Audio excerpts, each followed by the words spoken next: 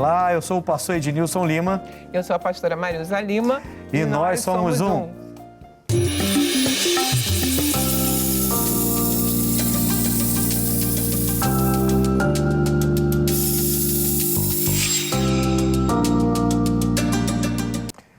Olha, hoje o Somos Um, nós vamos trazer aqui um tema de muita relevância, muita importância, porque a gente vai falar de uma família em que o seu filho, 16 anos, o rapaz, ele participava do louvor da igreja, mas ele se desvia e vira dependente químico. Filha, é um tema, esse tema de dependência química parece que sempre volta, né? A gente, principalmente na igreja, a gente sempre está voltando a tratar famílias com esse tipo de problema. E a gente vai tratar desse tema hoje. Meu filho sempre frequentou a igreja comigo e minha esposa e com 16 anos começou a fazer parte do Ministério de Louvor. Recentemente ele se afastou da igreja, começou a frequentar festas, beber e infelizmente tornou-se usuário de drogas. Pastores, a situação em casa é insustentável. Preciso esconder tudo dele e em alguns dias até buscá-lo machucado na rua. Eu não estou sabendo lidar com a situação, principalmente quando eu vejo usando droga dentro de casa. Já não sei mais como ajudá-lo e estou à beira de desistir do meu próprio filho. Então, a gente vê que situação séria é essa que foi relatada aqui para nós. Você imagina um filho que você acompanha dentro da igreja, um filho que fazia parte até já de um ministério dentro da casa do Senhor e, de repente, ele se desvia. E não só se desvia, ele entra para essa questão das drogas, se vicia num tal ponto, se torna tão dependente das drogas a ponto de usar até dentro de casa e do pai e da mãe ter que buscá-lo na rua machucado. A situação é gravíssima, né? Gravíssima. O pai fala que é insustentável você chegar em casa e ver seu filho usando drogas dentro de casa e ter que esconder as coisas, né? E quando a gente fala coisas, o pai fala assim, esconder as coisas, a pessoa pensa assim, poxa, televisão, algo de muito valor. Mas não, o viciado, né, eu já fui viciado e já tratei muita gente assim dentro da igreja, a gente já tem esse viés, né, digamos assim, de sempre aparecer alguém com essa situação para a gente tratar e a gente vê que a pessoa, qualquer coisa de pouco valor, um tênis velho, uma sandália, que vai vender ali por 5, 10 reais para poder comprar uma pedra de crack, algum tipo de droga. Então esse pai, ele está nessa situação.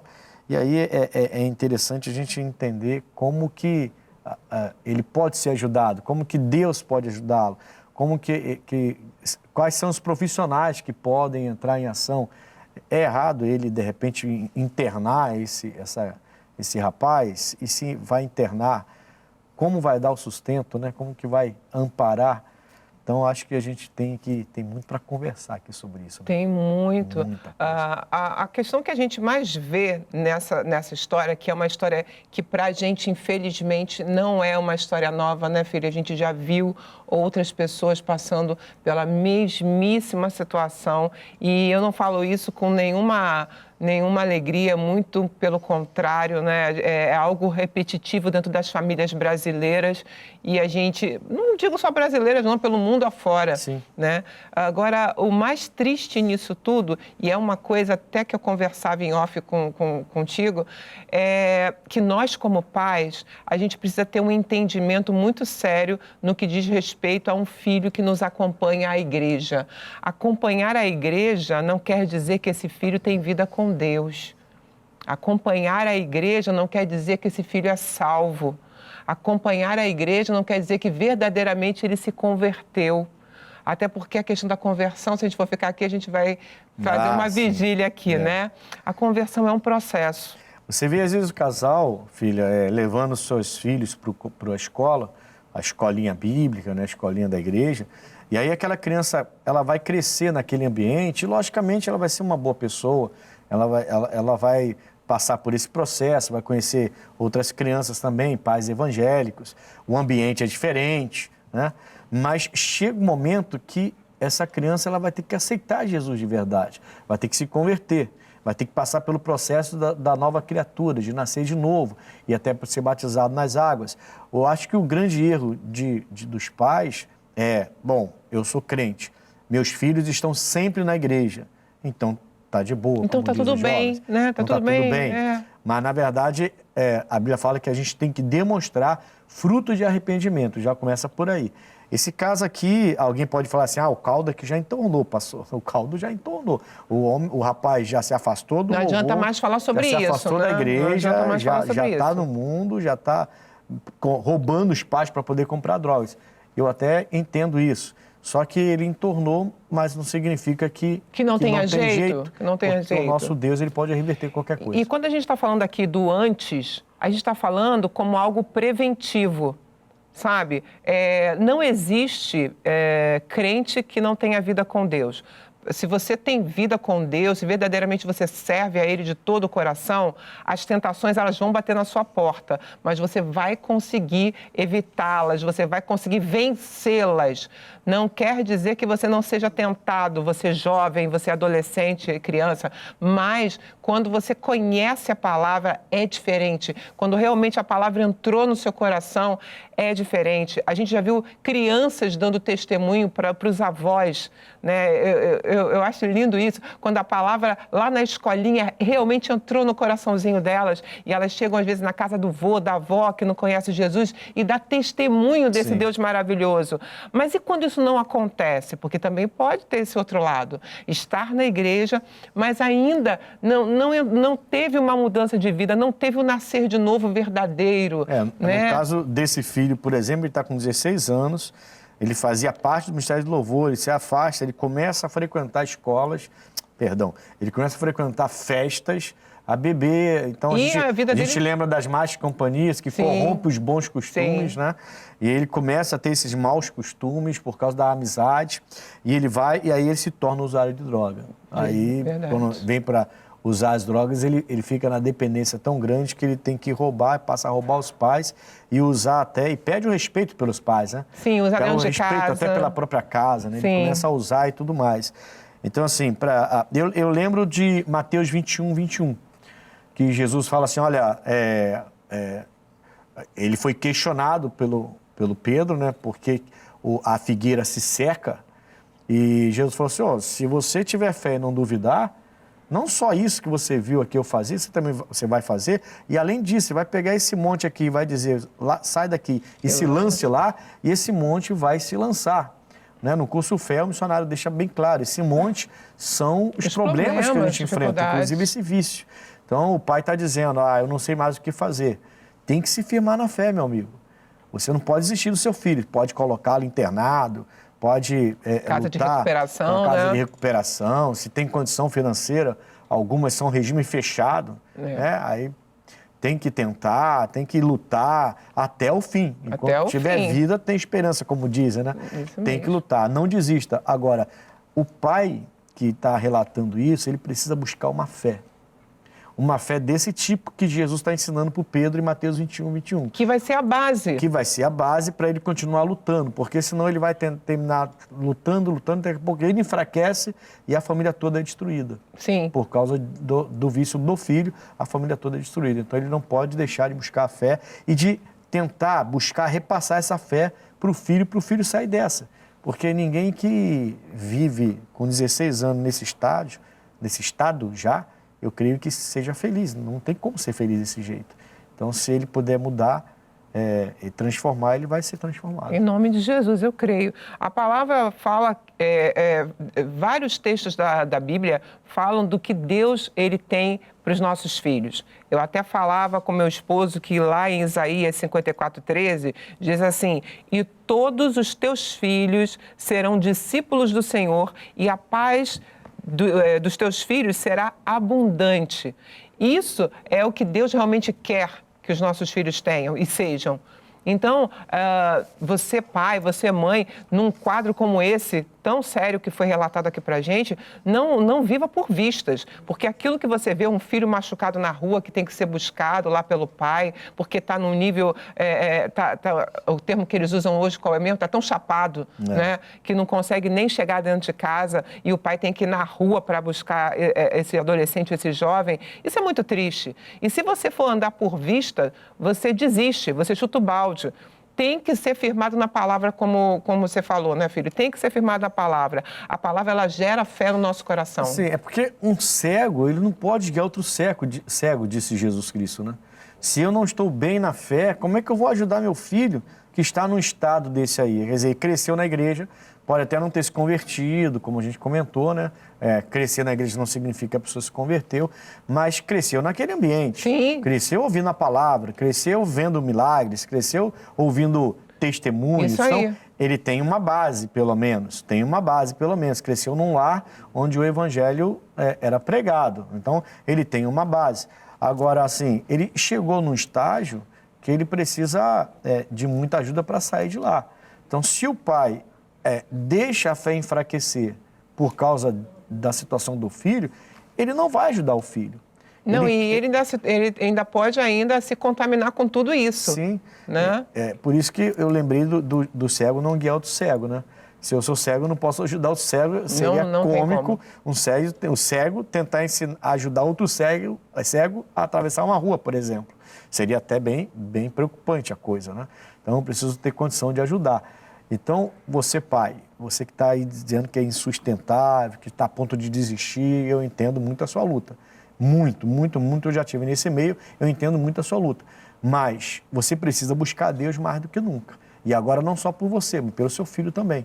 Porque assim, a promessa diz, eu e a minha casa. Eu e a minha casa. Então esse filho, uma hora, vai ser alcançado. Eu e a minha casa. Eu creio muito nessa promessa. Muito.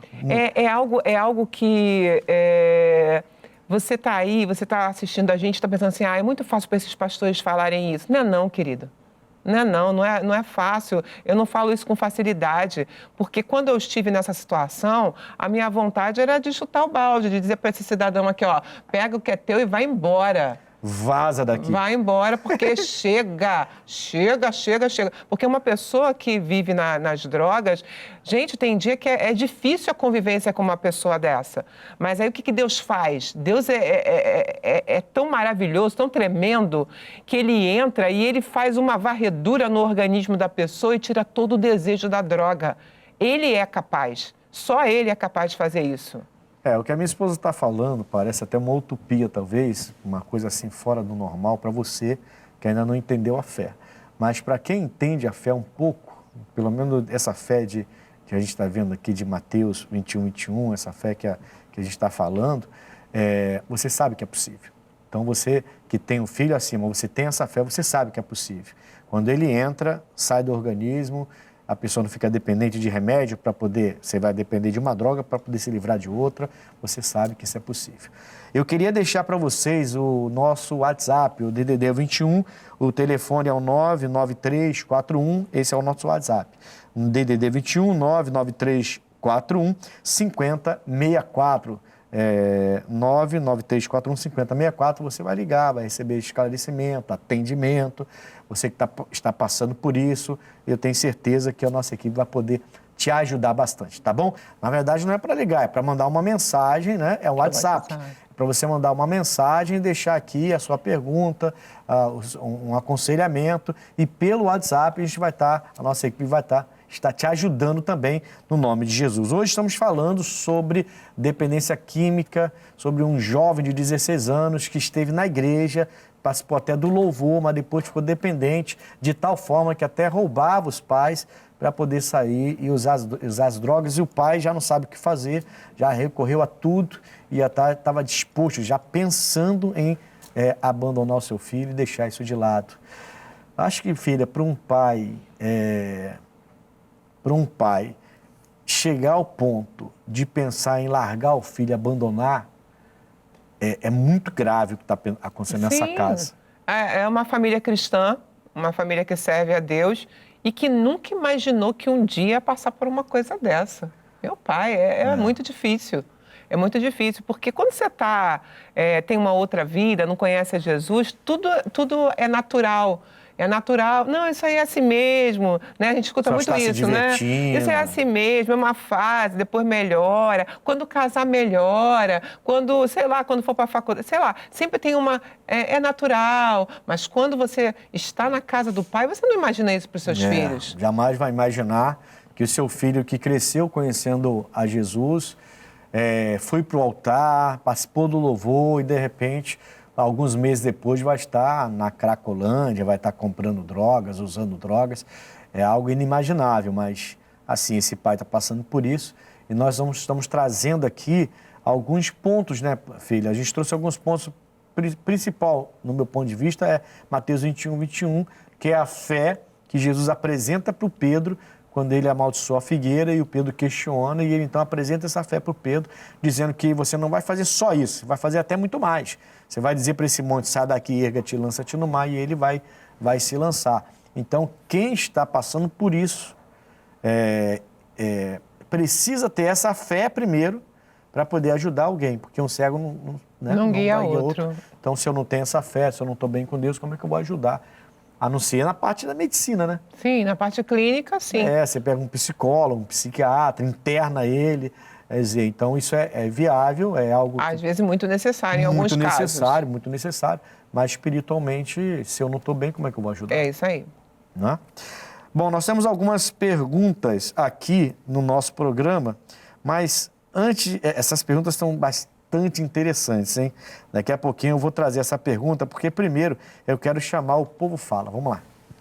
Claro que sim, né? Por quê? Porque a nossa... É como até o pastor pregou hoje, a nossa guerra, às vezes a gente quer a guerra só para nós, às vezes tem muitas pessoas passando por muitas dificuldades e a gente não quer abraçar a guerra das outras pessoas. Eu acho que isso faz parte do amor que Jesus fez por nós na cruz do Calvário, né? Olha, obrigada, a gente não é obrigada a nada. Mas eu acho que a gente pode sondar, né, no caso, mediar as coisas. Se ele está realmente precisando de ajuda, a gente, como cristão, a gente precisa ajudar, porque a gente precisa viver em comunidade e ajudar a nossa comunidade. Obrigados não. Nós, pelo caso do amor de Cristo, nós temos que dar a mão para a pessoa. Dar a mão para sempre, principalmente sendo ente querido, né? É importante sim a gente como cristão, tentar ajudar esse ente, né, que está nessa situação. Então nós temos que mostrar que nós somos fortes, cremos no Senhor Jesus Cristo e que Ele Ele faz mudança do nada. Não, temos sim. Temos, é um dever nosso. Temos que lutar por Ele está precisando da gente. Está doente, então está precisando de cuidado, de carinho, de amor, então nós temos que lutar sim. Olha, a gente tem que cuidar com carinho, tem que ter atenção, porque se largar para lá, ele vai se perder. Pelo menos ali está sendo acompanhado, por mais problemas que nos cause, né? Mas estando ali recebendo carinho, para Deus nada é impossível. Não, obrigada não.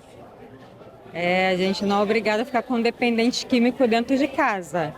Porém, também não pode ser internado compulsoriamente. Sim, nós temos que lutar, temos que orar, buscar a Deus para poder vir a conversão dele, para que ele possa ser uma pessoa transformada em nome de Jesus.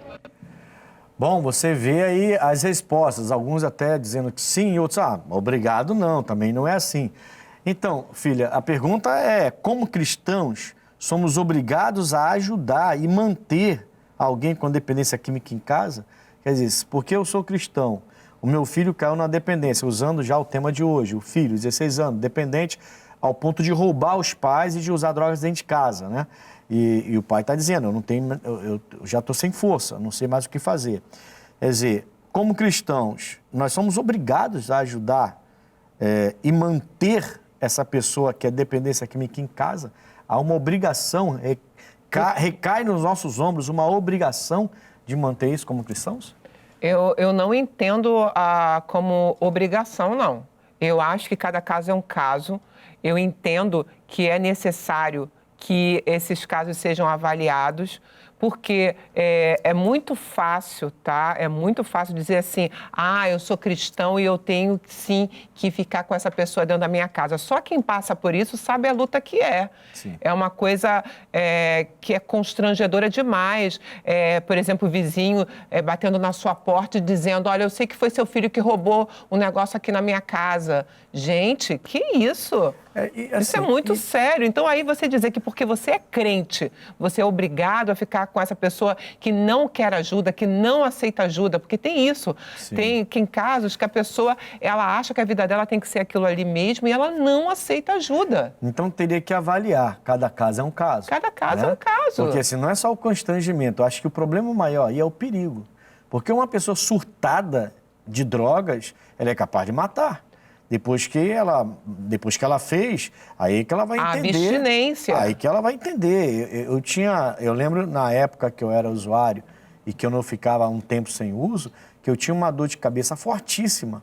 Lembra disso? Lembro. Forte, parecia que minha cabeça ia queimar. Você dizia que parecia que tinha um líquido que escorria. Exato, era como se fosse um líquido queimando, dá vontade de bater com a cabeça na parede. Como é que você dormia? Quer dizer, eu dormia com você.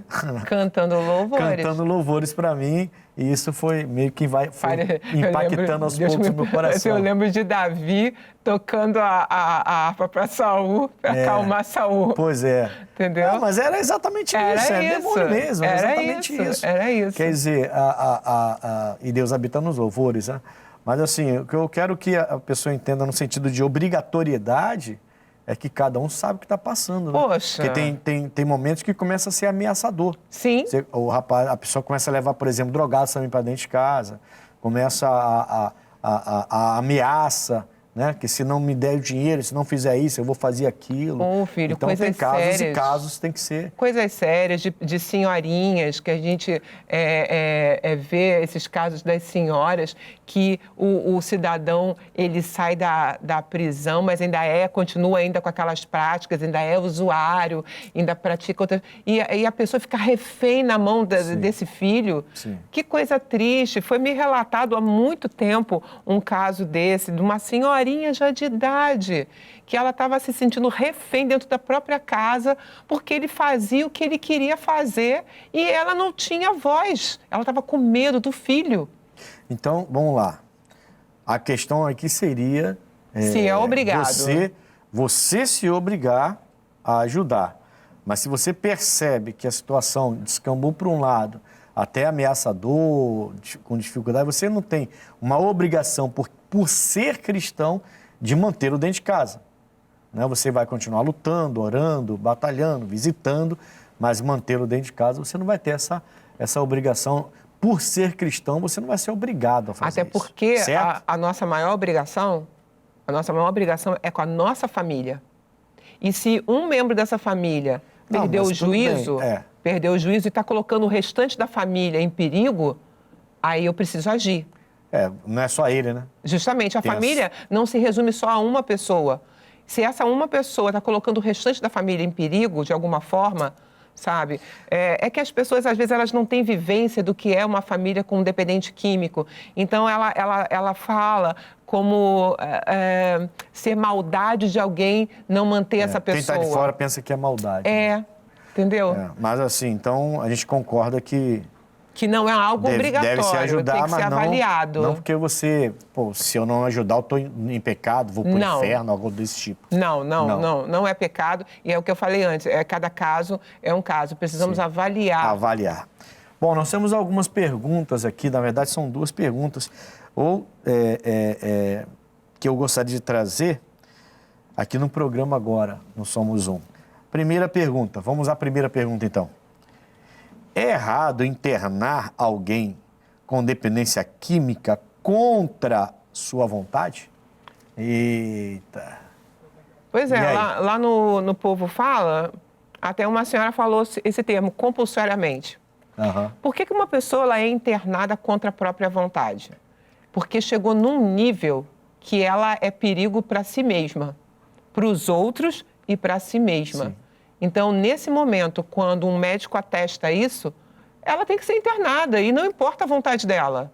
Porque ela é perigo para a sociedade e é perigo para ela própria. Ela perde o juízo completamente. Sim, nesse caso tem que ser internada. Não é uma questão de, a gente volta naquilo que a gente estava falando anteriormente, mas você é um cristão, você serve a Deus, por que você não vai cuidar dessa pessoa? Eu concordo. Então, assim, não seria errado, tá? Internar nessa condição uma pessoa que está na dependência química, lembrando que tem vários estágios de uma dependência química e esse estágio, quando a pessoa já perde o juízo, já se torna violenta, perigo para ela mesma e até para outras pessoas, qual é o erro? Interna-se e se for de uma maneira obrigatória, forçando Contra a própria vontade dela, que seja para o bem dela e para o bem dos demais em volta dela. Alguém ouve a gente falar assim e pensa, gente, como esses pastores são frios. Mas a questão não é essa. Existe uma lógica em tudo que a gente está falando aqui. Essa pessoa se tornou um perigo para ela própria. Estamos ali prevenindo uma situação futura. Sim, até para ajudá-la, para que ela saia dessa situação e possa ter uma vida normal e as pessoas em volta dele também tenham, dele ou dela, né? Volta a ter também uma vida normal. Nós temos uma segunda pergunta aqui, filha, que é a seguinte, dependência, vamos lá, dependência química pode ser o mal espiritual? E aí? Eu acredito pela palavra que em algum momento foi dado brecha para que isso acontecesse. Aí alguém fala assim, como assim, pastora, brecha?